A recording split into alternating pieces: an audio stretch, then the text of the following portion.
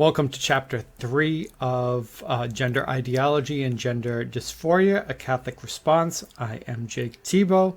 As you can tell from the picture, we're in our new section where, I have a new section, but I didn't change the name on the top of it. We are not dealing with human nature. We are dealing with the issue of cancel culture and the brief introduction before that. If I were really professional, I'd just fix it and start again, but we're just going to keep moving. Okay, when we're looking at this, before I even get into cancel culture, I kind of have to introduce the idea. So this whole section is going to really be on culture. So what is culture, right? What's our idea? Well, coming at this from a Thomistic perspective, I'm going to look at Alistair McIntyre in After Virtue. He says, I can only answer the question, what am I to do, if I can first answer the prior question of what story or stories do I find myself apart? Well, this idea of to know who you are, you have to know what your stories are. Well, this is very Jordan Peterson, isn't it? But it's also 1981, Alistair McIntyre first. And others before him. But you have to know what stories you're part of. Well, what's another name? How's another way to talk about the stories we're part of? Well, that would be shared culture, right? What shared culture do we have? Because that really determines our worldview is first, well, what story am I in, right? What's my narrative? What's my part to play? If this were a movie, what part would I be playing in this movie, right? Because that determines how you're going to act, right? So if you have a Catholic cosmology, we have a system rooted in rational realism. Right? That's our epistemological approach. It revolves around an ordered ecclesiastical, which means church, and celestial hierarchy, right? A heavenly hierarchy, an earthly hierarchy within the church. And we have a singular heavenward trajectory. So, you're born, you're baptized, and you're headed towards beatitudo, right? You're headed towards beatitude, right? You're heavenward, right? You have a divine goal. That way, even if no matter what obstacle you face, your goal is heaven, right? That's a particular cosmology, right?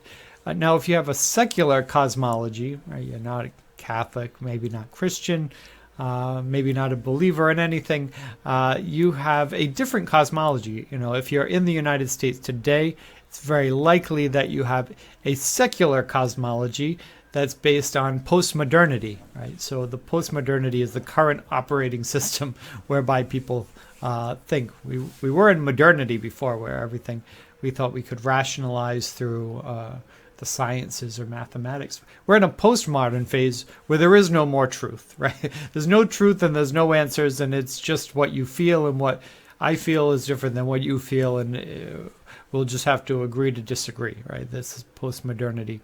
It's egalitarian, right? Everyone is treated entirely evenly. Therefore, this whole idea of a hierarchy, church hierarchy, governmental hierarchy, celestial hierarchy, right? We're kind of against to begin with.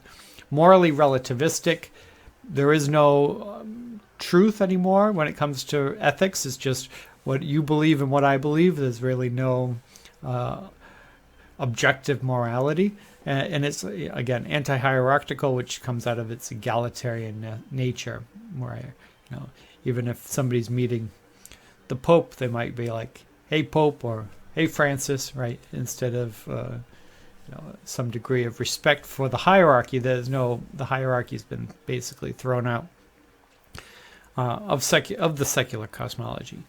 Now, we have those two cosmologies. There's other cosmologies as well, right? If you're kind of rooted in like a kind of a Black Lives Matter or a social justice framework, that might be a particular cosmology for you. If you are if all you do is turn on OAN or Newsmax or Fox News, that might be a completely different cosmology that you have. So it depends on what your worldview is, right? There are different worldviews.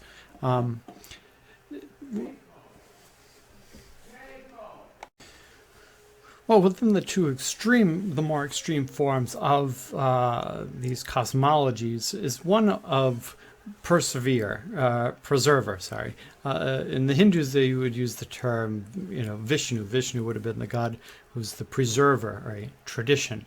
On the other side, you have the destroyer, or in Hinduism, it would have been Shiva, right? The destroyer. So within Hinduism, you have these two gods, right? One preserves, one destroys, right? And in some ways, this is a very good insight, right? Because this is kind of a necessary element of culture, right? Even within the New Testament, we see this as well. You have those who say you need to still be circumcised in order to be a Christian, and others saying no. Once you've been baptized, you no longer need to follow the old law. So on one side you have tradition, on the other side you have a new way, right?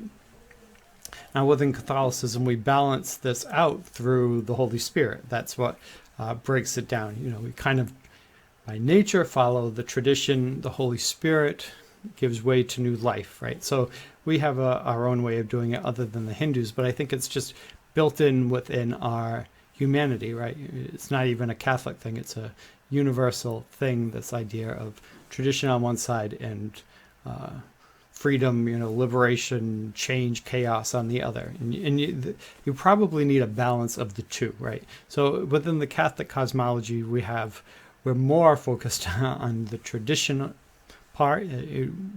Things don't need to change because human nature is what human nature is. And the secularists are very quick to throw out all of tradition and just move to the chaos model. And the balanced approach would be really some level of both. But, as I prefer the Catholic model, the newness coming in should probably be through the Holy Spirit and not chaos for the sake of chaos, right? If you burn down a city, they will rebuild, yeah, but let's not burn down cities, right? It's probably not the best thing, right? So another question is, how should the church engage in these types of culture wars? Again, you have these two sides, two extremes, and you're trying to balance it in the middle, right? This is still kind of the image. So you have people who are looking for answers. So in an interview I saw with Posey Parker, who is a feminist, she's saying, when I'm looking out on the gender issue, every place I go, I think, well, surely things will stop there. And it doesn't. And she said, it's insane. It's like everyone's just going along with kind of radical gender theory ideas, right? The ideology part. You would think, well, the government's not going to go along with that. Oh, they do. Well, the church isn't going to go along with that. And you look at various mainline Protestant denominations, and they do. And you say, well, the sports leagues aren't going to go along with that. Well, they do, right? So eventually, you see, even the feminists are saying somebody's got to put their foot down and stand for reason, right? We need to have some gatekeeping, back to the gatekeeping. So in some ways, the world, people within the world, rational people, are looking for somebody to make sense of this, right? And if the Catholic Church can't, then I'm not sure who can, right? The Catholic Church is a bit of the preserver of Western civilization, right? It holds on to our humanity, right? If it can't make sense of the human person, then why do we even have a church if it can't make sense of the human person? At the same time, you have Pope Francis and others, writing about social friendship, right? Fratelli tutti, right? That we need to have friendship with the world, right? We live in a world too quick to have cancel culture, right? Too quick to cut people off if you don't agree with them.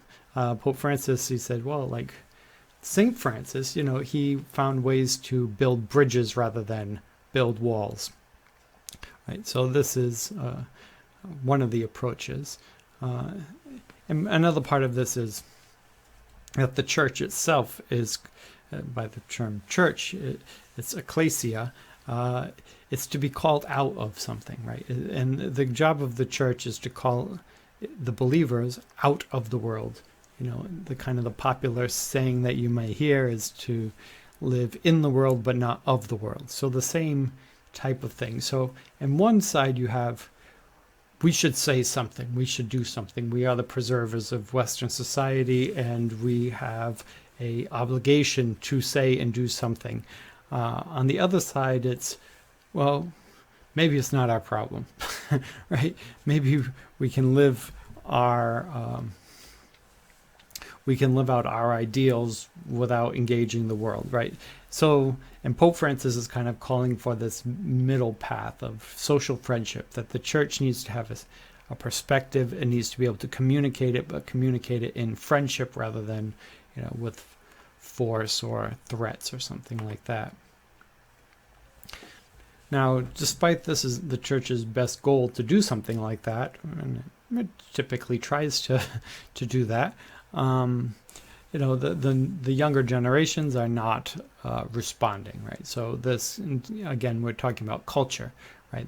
Culturally, millennials in the West are not, they don't see the church the way the church sees itself. I think that's fair enough to say. In a Barna poll recently, 2007, I guess that's fairly recently. I think probably the odds have only gotten worse for the church since then. But they said, when they asked millennials, they said, what do you think of when you think of Christian qualities? What is Christian?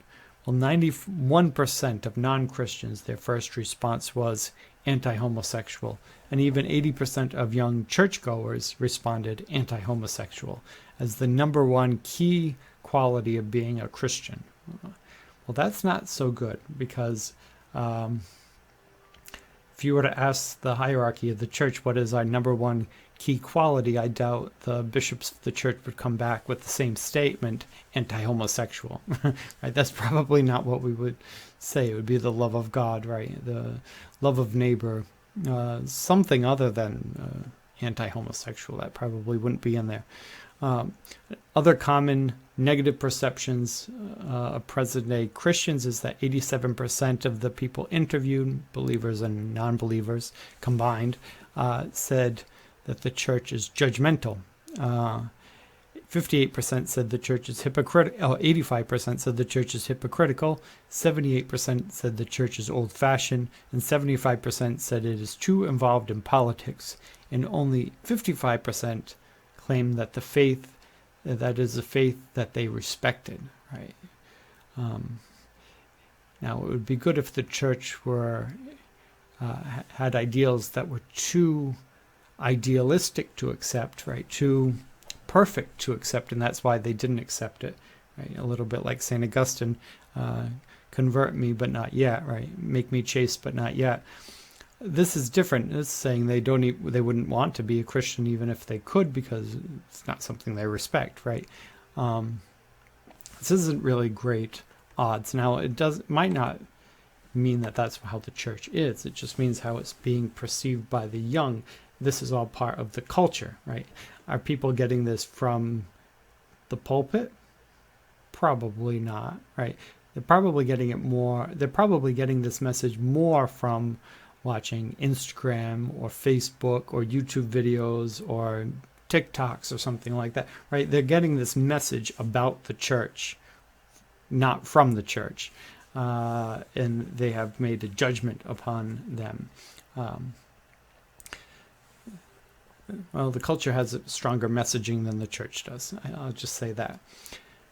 Now we have these other principal challenges, right? So a lot of what that poll said was that just Christianity is not very popular among the youth, right? So one approach, the approach of the modernist would be, well, we need to conform the church to modern society so it's more acceptable, right? We need more of a TikTok church. Right? You need to get there, we need to model ourselves off of what kids want, right? Well, I think it can be, I think that can be ruinous, right? If you think about everything done since the 1970s within the church, it has often been an attempt copy the culture, right? To imitate the culture, with this idea that if we imitate the culture enough, people will want to come to us. This seems to be kind of a crazy idea, right? Bishop Barron gives this example, Robert Barron of Los Angeles. When he started his Word on Fire Ministries, the experts came in and said, you got to ditch the collar, get on a skateboard, and become more relevant to the youth. And he didn't do that. And now he's widely popular. And his perspective is, be serious, be true to who you are, and speak the truth, right? If you do, people will be drawn to it. You don't need a gimmick. You don't need to be untruthful in order to get people. So much of marketing today is untruthful. Just tell the truth, right? Be authentic. People will be drawn to authenticity. Well, this is kind of to balance out that pole, right? You have a pole where people aren't respecting, particularly the young Christianity and its principles. Well, how do we respond to that within the culture?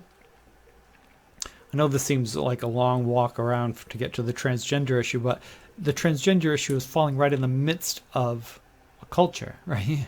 It's in the midst of a culture. It's not in a bubble, right? If this issue were to pop up in medieval Spain, this would be handled very differently than 21st century America, right? It's clearly culture will play a role in this.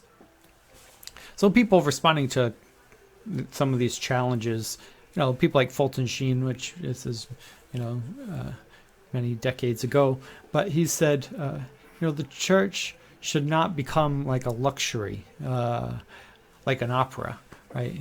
Something you can take or leave. To be a Catholic is a responsibility, like life, right?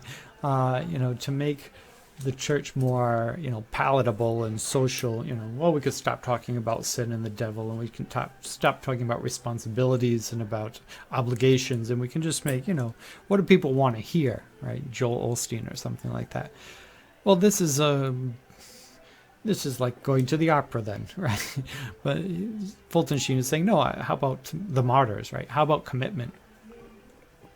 Another example is Dr. Ann Hendershot from, I think, Franciscan University in Steubenville.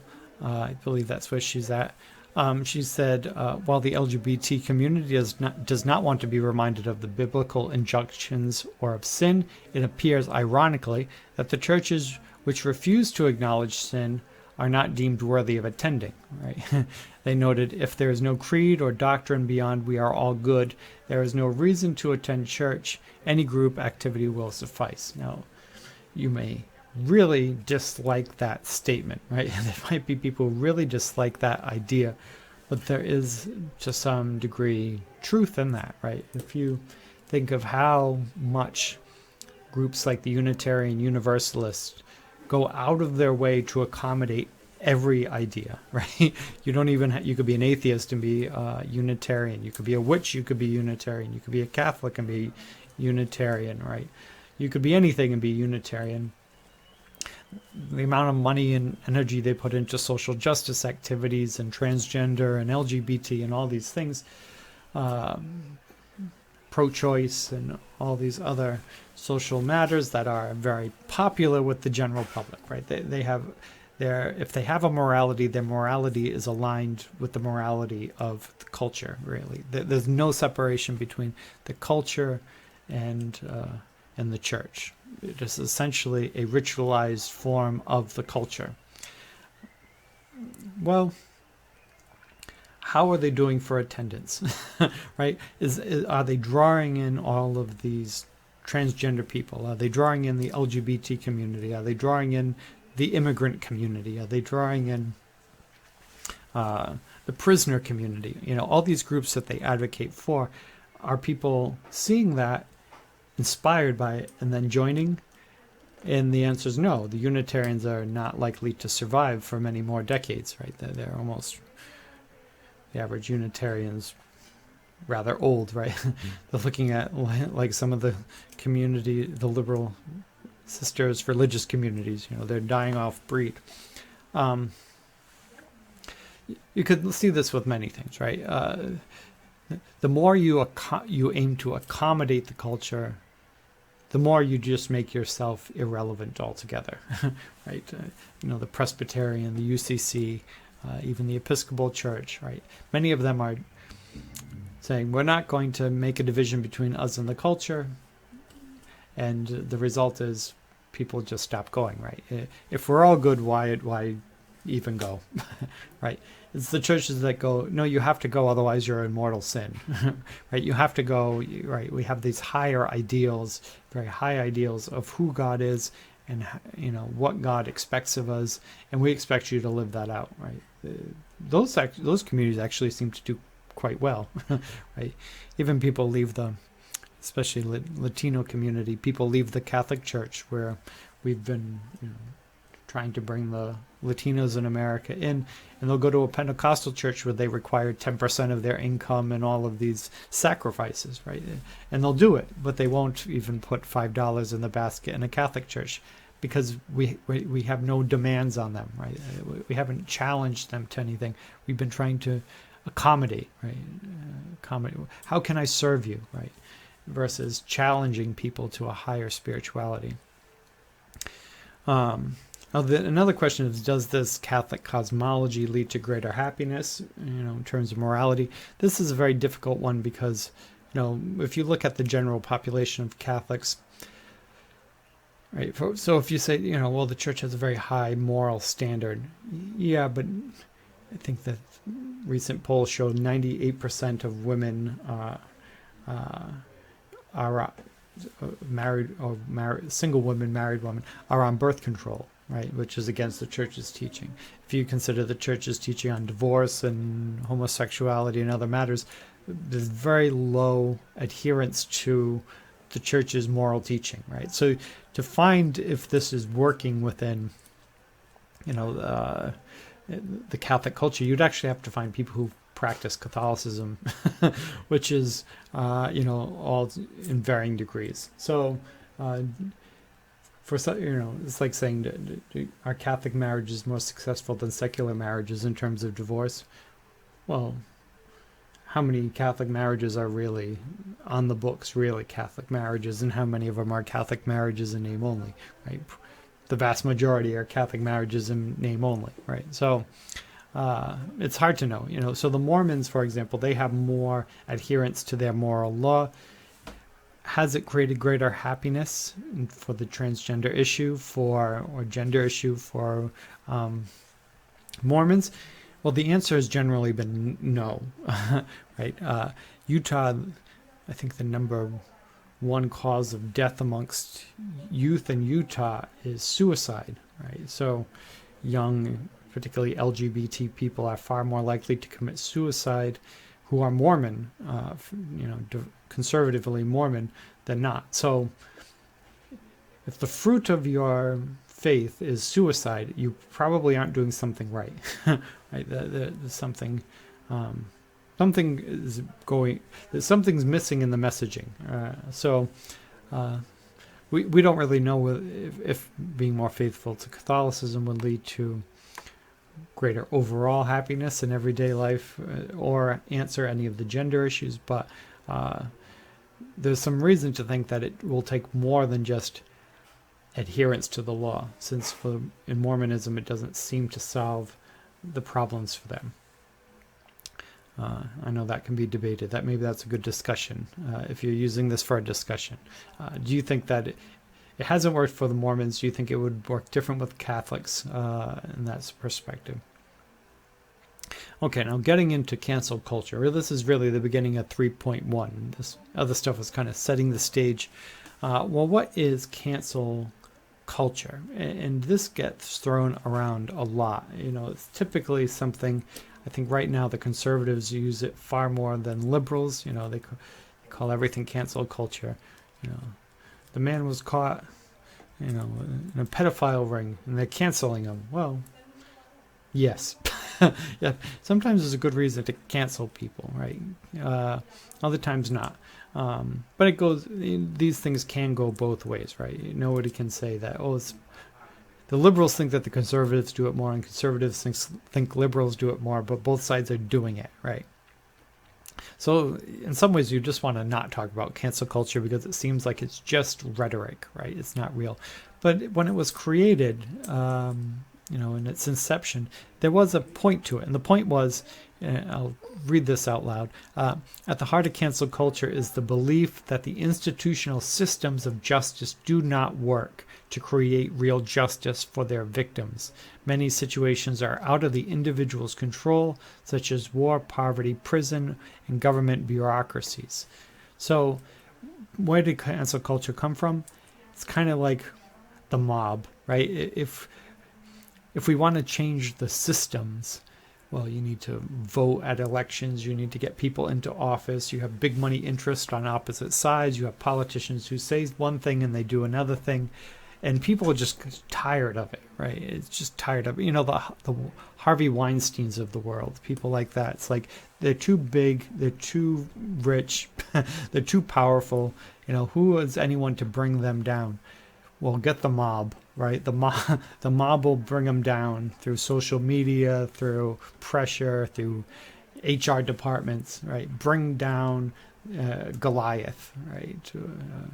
The masses will win, right? So in some ways, when it comes to taking down the Harvey Weinsteins of the world, well, that's good, right? We want to take down the Harvey Weinsteins of the world, right? And if it takes a mob to do it, presuming that he still has a day in court, right, to prove that we're innocent or guilty, well, sometimes these can be useful, right? They can be useful to take down the powerful. How is it not good, right? Well, it's just we've become such a hysterical culture, and I think that's fair enough. And I will, you can point fingers on Democrats and Republicans alike with being hysterical, right? Just as an example of some of the, it's almost a formula the way they do this. So people like J.K. Rowling, who wrote Harry Potter, she tweeted, "Dress however you like, call yourself whatever you like, sleep with any consenting adult who will have you live your best life in peace and security, but force women out of their jobs for stating that sex is real. I stand with Maya Foster, who did that. This is not a drill," right? So J.K. Rowling is notoriously called a transphobe now because of her gender realist perspective. But, as a Catholic, you look at that and you go, well, I don't agree with half of what she said, right? Sleep with whoever you want, do whatever you want, right? This is not exactly the Catholic position, right? She's not a conservative, right? She is not coming at this from a Christian perspective, right? No reason to believe that J.K. Rowling is a Christian of any kind.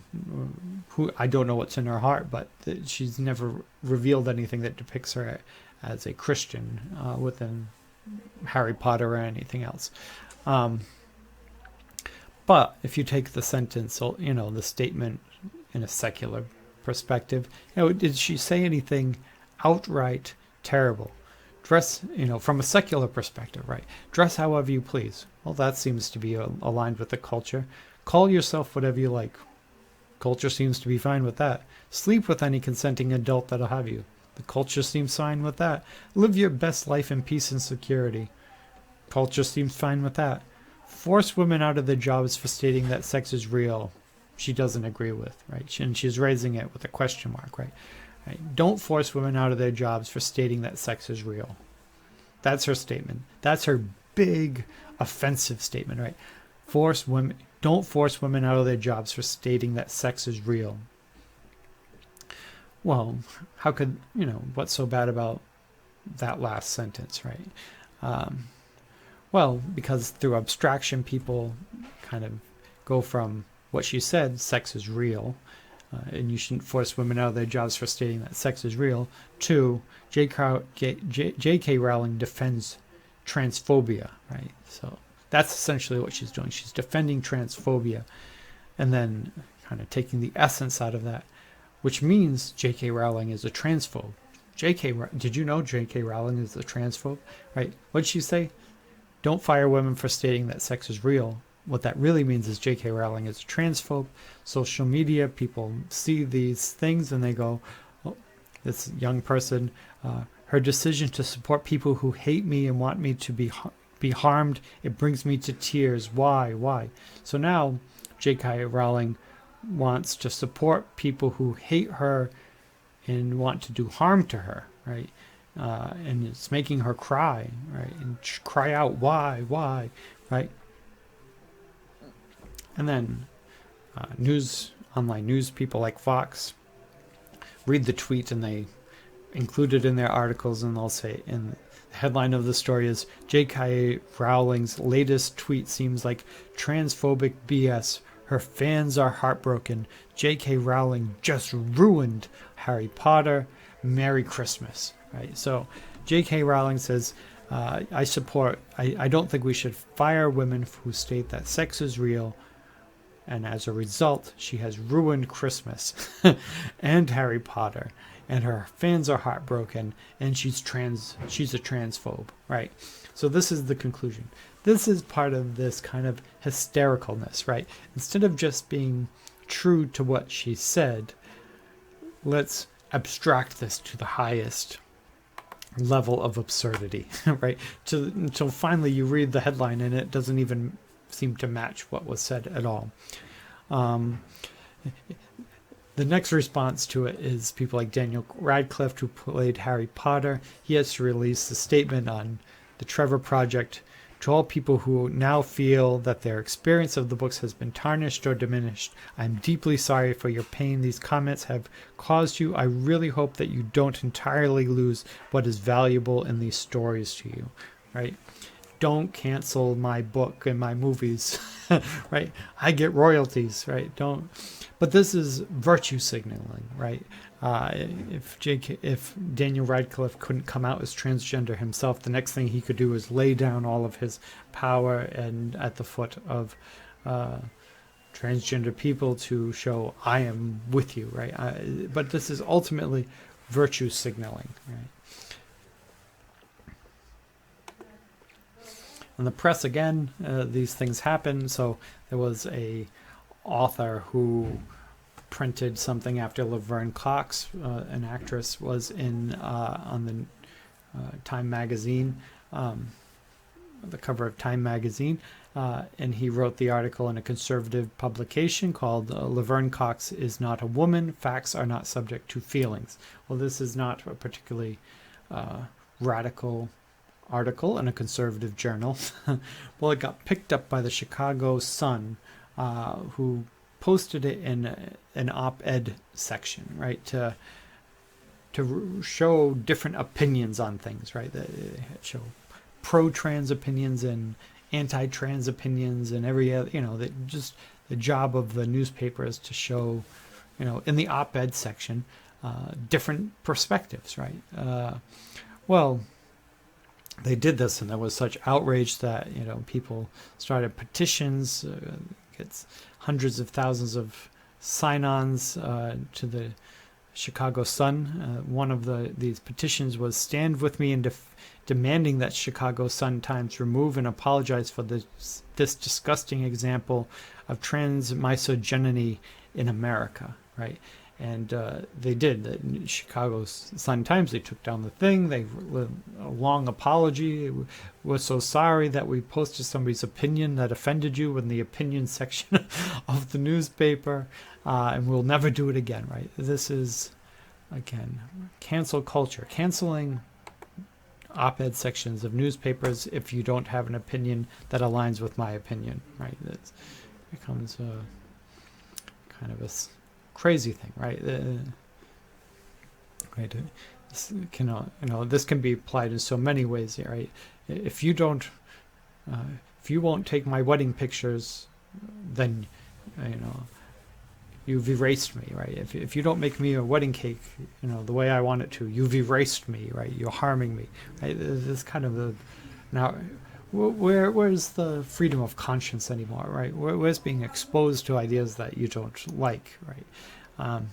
Anyway, now where it is in the culture, where it is in newspapers and stuff, well, that's one thing, right? But it goes even further when it gets to medical research, and that's really where it's more insidious than anywhere, is where it's in the medical research. So people like Van der Meter, MD, claims that mainstream clinicians and scientists who consider gender discordance to be a mental disorder or psychological disorder have been deliberately excluded in the makeup and the steering committee of academic and medical professional societies, promulgating previously unheard of guidelines. Right. So, if you don't agree, instead of getting all of the best minds in the room and discussing it honestly and openly and coming up with the best policies, anyone who doesn't agree with a particular ideology is just not allowed in the room. Then they come up with these very extreme policies that are very unlike any previous policy. And now if you're not aligned with the policy, well, now you're not a good member of the field of study any longer, right? Because you're against these policies that have been laid out. But you didn't even allow the different voices in the room to determine the policies, right? You came up with the conclusion before you even had the debate. That's part of the problem, right? Another example is Tavistock, which is in the UK. That's the UK center that does transgender surgeries. It's a 35 psychiatrists resigned from the Tavistock over the policy of transitioning children hormonally. And if you don't agree with transitioning children hormonally, there's negative consequences, even though these are the experts who we should be listening to. If you don't agree, you're in trouble. And the newspapers will call you transphobe and everybody will hate you. So you just quit, right? That's what ends up happening. Jeffrey Flyer, when Dr. Lisa Lippman's study on ROGD, rapid onset gender dysphoria in teenagers, came out, he commented from Harvard Medical School saying he'd never heard once the reaction of a journal within days of publishing a paper that the journal had already subjected to peer review and accepted and published. One can only assume that the response was in large measure due to the intense lobbying of the journal received. Right, Lisa Lippman's study was taken down, forced out of public sight. Finally, it pops back up months later, half a year later. But peer-reviewed journal with good science, and it's rejected. I've read all of the studies I can on the other transgender science, and there's articles that you read the science, you read the conclusion, and it's pro transgender, the idea of a intersex brain, and you go, that's not what the study said at all. That's not what the conclusions of the science said at all. But somehow it makes it into the conclusion, like, well, this study proves that there is a transgender brain. Like, I just read your study.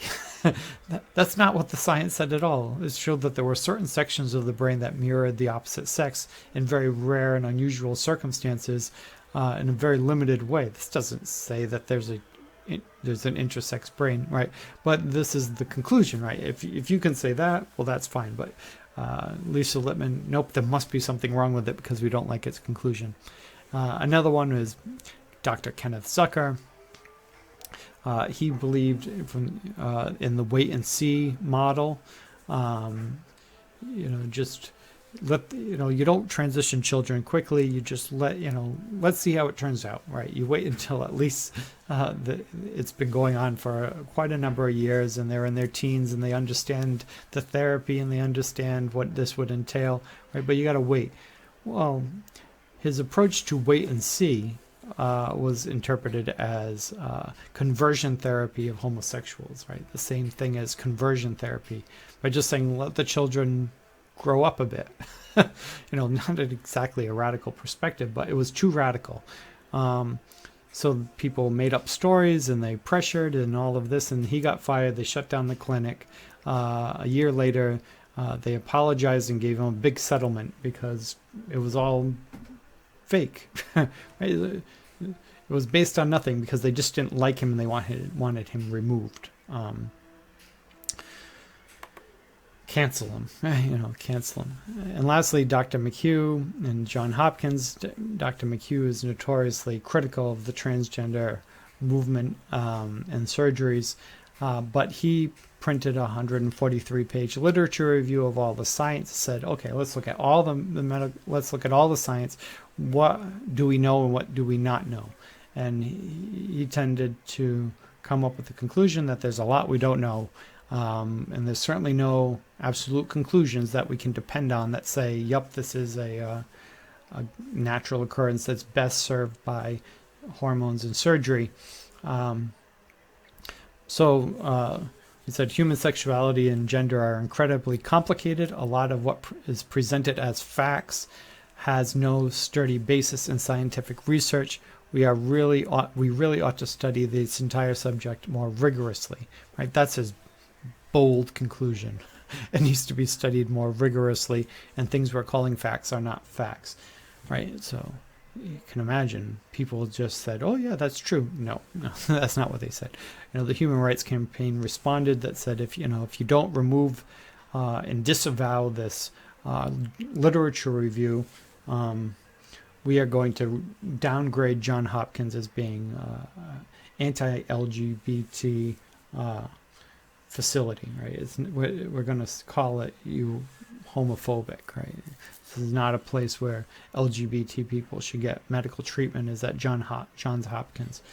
Well, John Hopkins held its ground and said, research is research, an article is an article. If you don't like it, come up with a, write a response, right? That's just kind of how academia goes. Is people write things, and if it's valid enough, it stands. And then if you don't like it, you write your own thing, right? That's just kind of how things go, and back and forth, and we get closer to the truth.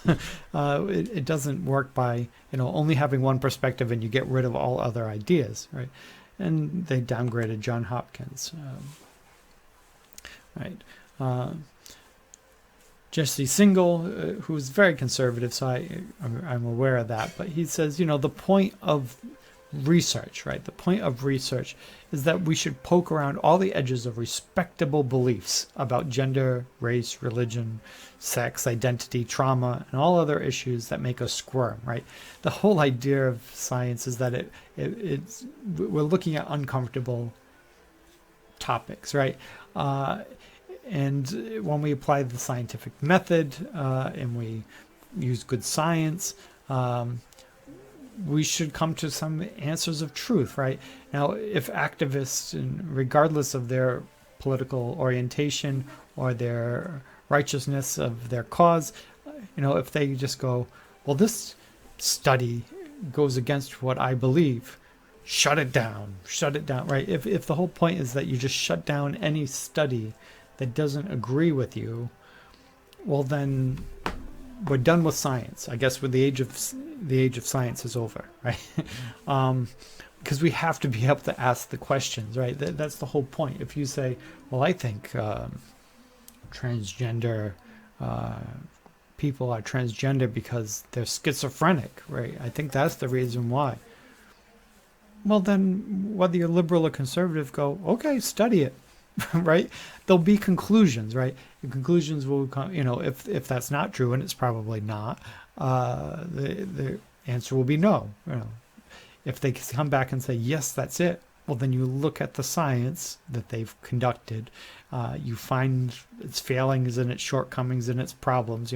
They had a pool of people that was 5 people large, and they hand selected them before, right? Well, if that's the case, then this is a joke, right? Right? Then in some ways they have proven your point by being non-rigorous in scientific method. So you can't go wrong with good science, right? If good science is out there, any respectable question is worth considering, right? That's kind of the nature of it. And this is this is the last slide, but this is the ultimate danger within cancel culture is that, again, if you want to cancel Mario Lopez for making a statement, well, who's Mario Lopez? Who cares? People should be able to have opinions, but if you don't like it, then, okay. But we shouldn't be canceling science because we don't like the question. That is a very bad approach, right? Be like, well, this scientist doesn't agree with my perspective, or they're asking a question that I don't think we should ask, because if we were to ask the question, then we're damaging people. We're erasing them. We're invalidating them by asking the scientific question and doing the research. There's a lot we don't know, right? On the transgender issue, there's more we don't know than what we do know. All respectable questions should be considered. You know, even people like Dr. Blanchard, people hate Dr. Blanchard. There's an awful lot of things that seem to be pretty true about what Dr. Blanchard's research has found out. If you don't like it, do your own research, right? And I don't mean like read Wikipedia ads, you know, Wikipedia pages. You know, if you're a scientist, you do the research, you know, and you come up with an opposite, you know, thing. That's what science is. Science is open to ideas. So next we will be moving on to women's spaces, kind of a hot button issue and kind of an interesting one and much shorter. So I will see you then.